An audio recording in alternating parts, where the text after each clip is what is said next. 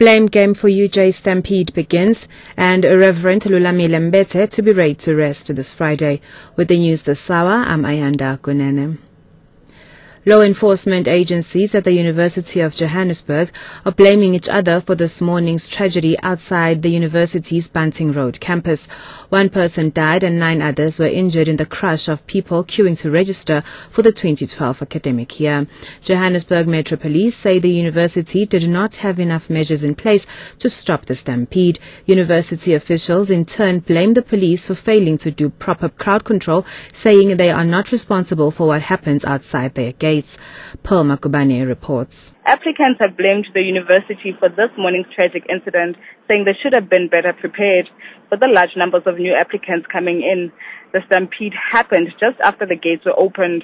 Apart from eyewitnesses, shoes and blankets belonging to overnight campers are the only things that remain to tell the story of a parent that was crushed dead and others injured. Meanwhile, the application process continues. Higher Education Minister Blade Nzimande says the government is considering a ban on late registration at universities. He was reacting after the fatal stampede at the UJ. Nzimande says while they can understand that late registrations are meant to help bright matriculants who missed the deadline, the price to pay is too high. In contrast, the UJ Vice-Chancellor, Professor Aaron Rensburg, has defended the university's policy of accepting late applications. Something that we will have to seriously review for next year is whether we should allow walk-ins at all. It's something that we are seriously considering, that maybe we should not allow walk-ins. We did walk-ins, we've been doing walk-ins with good intentions, but we think that the price we are paying is too much.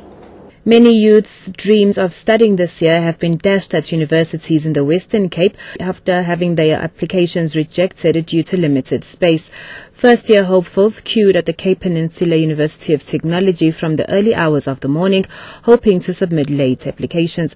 About 29,000 students applied for the first year at the institution, which provisionally has 9,000 places. University Acting Registrar Nikele Tsababa. We are not dealing with any application at this moment because as I indicated, the last day for application was the 30th of October. And we are planning for registration, so which means we haven't started registration. The first registration date is the 16th of January. So there shouldn't be any activity this time.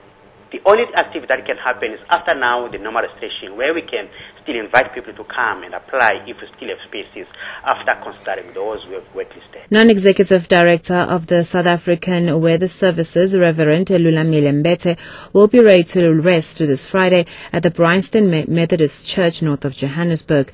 Reverend Mbete, an ordained minister, passed away over the weekend at a Johannesburg hospital. His career spanned many government departments and private enterprises. He managed and facilitated the turnaround strategy for the University of Zululand, as well as the capacity building project at the University of Johannesburg.